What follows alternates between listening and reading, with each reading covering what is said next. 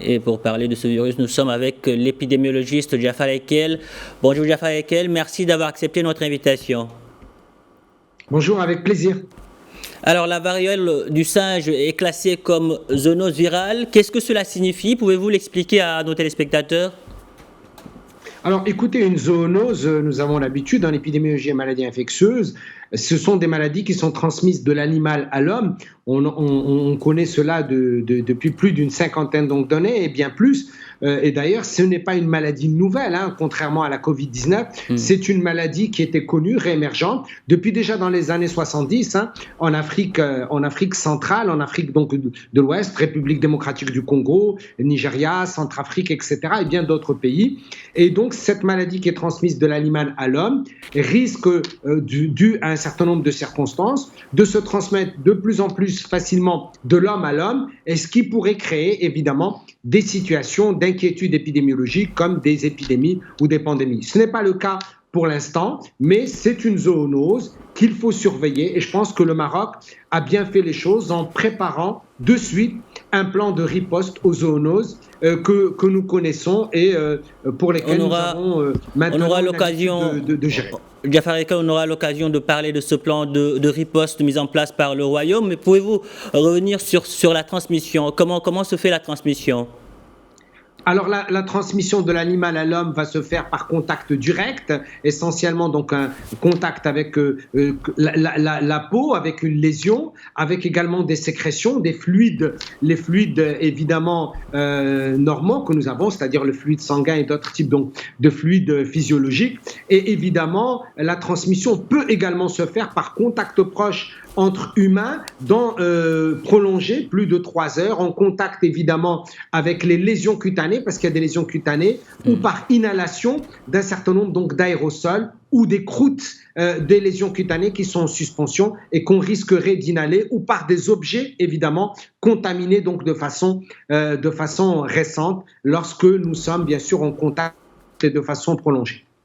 Alors à ce jour, près d'une centaine de cas ont été enregistrés dans le monde. Pour le moment, le Maroc semble épargné, mais a déjà préparé un plan de riposte, vous en parliez tout à l'heure. Pouvez-vous revenir sur l'intérêt de cette approche proactive ? Écoutez, c'est excellent. Cette approche proactive montre que le Maroc, aujourd'hui, avec l'expérience de la Covid-19, sait gérer les crises sanitaires. Il faut être proactif et aujourd'hui, le plan de riposte concerne essentiellement un contrôle sanitaire aux frontières terrestres, maritimes et aériennes, avec la surveillance des animaux qui seraient importés, parce que les animaux infectés ou malades risquent évidemment donc de transmettre. Et d'un autre côté, préparer les professionnels de santé, la population, à évidemment une sensibilisation pour des cas suspects ou probables. Qu'est-ce qu'il faut faire? Quelle conduite à tenir? Quelle modalité d'isolement?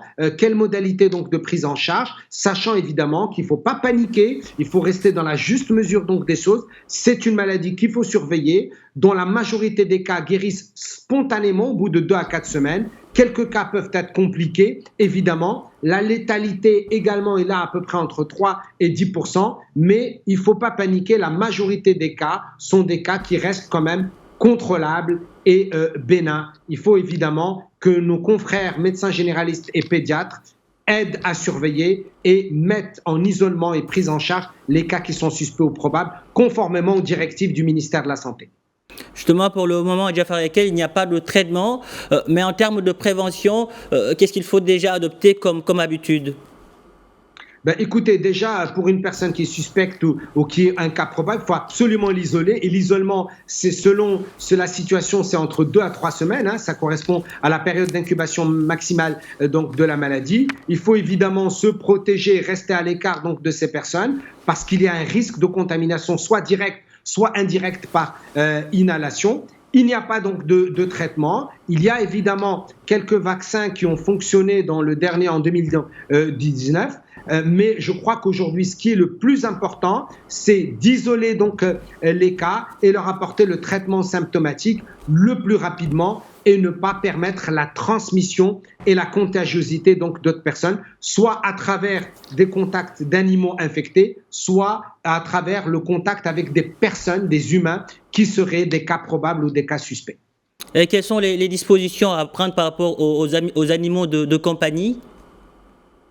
Écoutez, aujourd'hui, il n'y a pas de données sur les animaux de compagnie et surtout des données sur les rongeurs et sur les chimpanzés. Il y a d'autres données qui vont arriver, des données épidémiologiques. Mais qu'est-ce qui est important aujourd'hui, c'est qu'il faut faire attention aux animaux donc, sauvages, puisque c'est là où on voit le maximum donc, de contamination. Attention au changement de nos comportements, de nos habitudes, hein, particulièrement les personnes qui vont en forêt et qui fréquentent un certain nombre donc, d'animaux sauvages, d'être extrêmement prudent dans le contact direct, eu égard au changement des environnements et également au changement de contact humain et des flux humains. Et c'est pour ça que cette maladie est arrivée en Europe et est arrivée aux États-Unis en raison effectivement de ces contacts de plus en plus fréquents et de la dissémination donc du virus à travers le vecteur qui est un animal comme le rongeur ou le chimpanzé et également peut-être dans certaines situations l'être humain.